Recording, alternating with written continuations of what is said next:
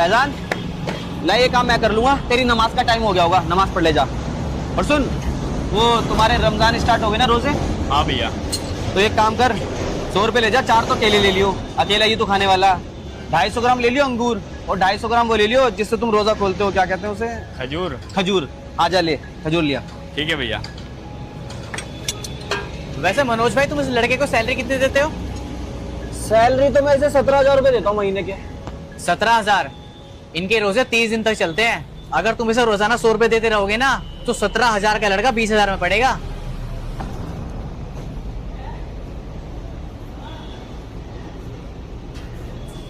और तुम इसे ऐसी नमाज के लिए भेजते रहोगे तो काम कब करेगा ये? अगर इसका काम तुम्हें ही करना है तो तुमने इसे दुकान पे रखी हुई रखा है, ऐसे तो तुम्हारा घाटा हो जाएगा।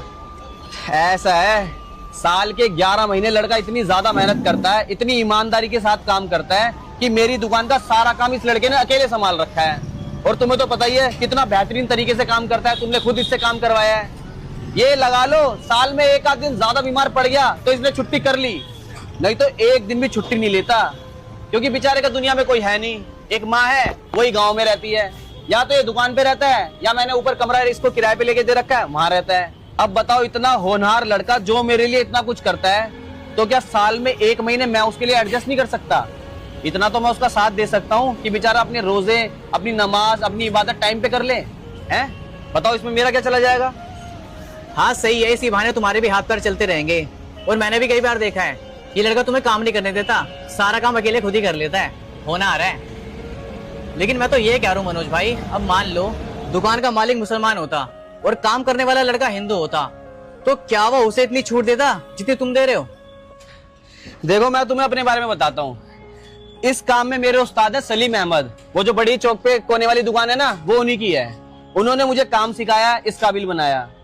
जब मैं उनकी दुकान पे रहता था तो दिवाली के दिन 2 छुट्टी मांगता था, वो मुझे 4 छुट्टी देते थे और यही बोलते थे, अबे यार पूरे टाइम तो पूरे साल तो तू यही काम करता रहता है, परिवार के साथ भी थोड़ा टाइम बिता ले।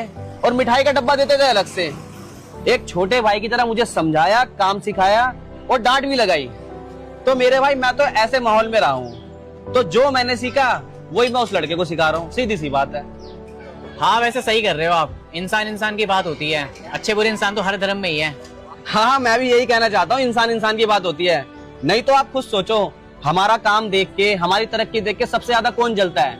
हमारे अपने ही होते हैं ना, खासकर कुछ रिश्तेदार होते हैं ऐसे। तो मेरे भाई, वो तो हमारे धर्म के तो छोड़ो, हमारी जात के भी होते हैं रिश्तेदार, है ना? तो वही बात है, इंसान इंसान की बात होती है। तो जो अच्छे इंसान है उनका साथ दो, और जो बुरे इंसान है उनसे दूर रहो, सीधी सी बात।